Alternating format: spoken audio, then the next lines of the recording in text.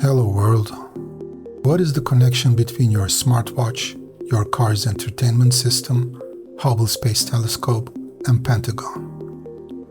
The connection is one of the most efficient piece of code ever written. Linux kernel.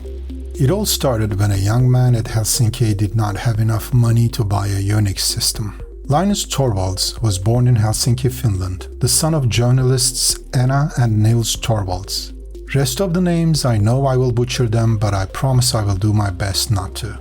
He is the grandson of statistician Leo Törnqvist and of poet Ole Torvalds, and the great-grandson of journalist and soldier Tovio Karanko. His parents were campus radicals at the University of Helsinki in 1960s. His family belongs to Swedish-speaking minority in Finland. He was named after Linus Pauling, the Nobel Prize-winning American chemist. But he also added in his book that he also named equally after cartoon character Linus the Peanuts, and noting that this made him half Nobel Prize-winning chemist and half blanket-carrying cartoon character. In 1993, when he was teaching at the University of Helsinki, he gave the task of composing email as homework to his students. And yes, evidently composing emails were a big deal back then. A female student named Tove Moni completed the task by sending him an email asking him out on a date. He accepted it. And 3 years later, the first of their 3 daughters was born. So in a way, he might also be the father of internet dating. He's a scuba diving, code-writing father and a husband, known to have no filter on his words and statements when he's not happy. Though he preferred to spend time on computers rather than in athletic activities, he had to attend compulsory military training and held the rank of second lieutenant. His interest in computers began with a VIC-20. At the age of 11 in 1981, he started programming for it in BASIC. Then he later learned machine code and purchased a Sinclair QL, which he modified extensively, especially its operating system, because it was so hard to get software for it in Finland, he said. He wrote a Pac-Man clone called Coolman. At the beginning of 1991, right after the New Year, he managed to buy himself an Intel 386-based clone of an IBM PC. Then, his first Minix copy. It was a simple and free Unix clone.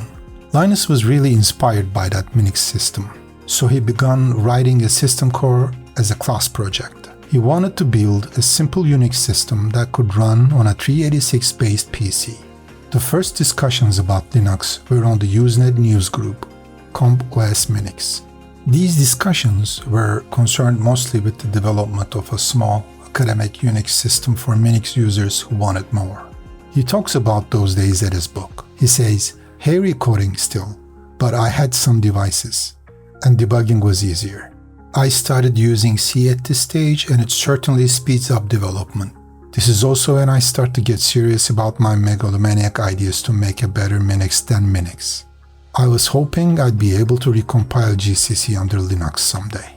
No announcement was ever made for Linux version 0.01. The sources weren't even executable. They contained only the bare rudiments of the kernel source and assumed that you had access to a Minix machine to compile and play with them. He just wrote this in comp Minix form. "Hello everybody out there using Minix. I'm doing a free operating system. Just a hobby. Won't be big and professional like GNU. For 386 and 486 AT clones. This has been brewing since April and it started to get ready. I'd like any feedback on things people like, dislike in Minix, as my OS resembles it somewhat. Some physical layout of the file system due to practical reasons, among other things. I've currently ported Bash 1.08 and GCC 1.40 and things seem to work. This implies that I'll get something practical within a few months. And I'd like to know what features most people want. Any suggestions are welcome, but I won't promise I'll implement them. PS. Yes, it's free of any Minix code and it has a multi-threaded file system. It is not portable, uses 386 task switching, etc. And it probably never will support anything other than AT hard disks, as that's all I have. Linus Torvalds. This post, this tiny snowball, started to roll down the mountain to create an avalanche that would change everything.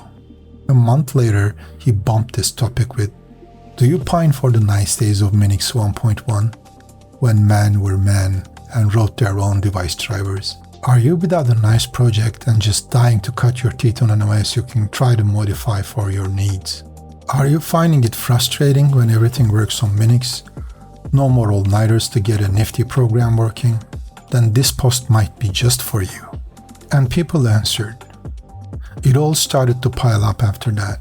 People all over started to contribute and code started to grow.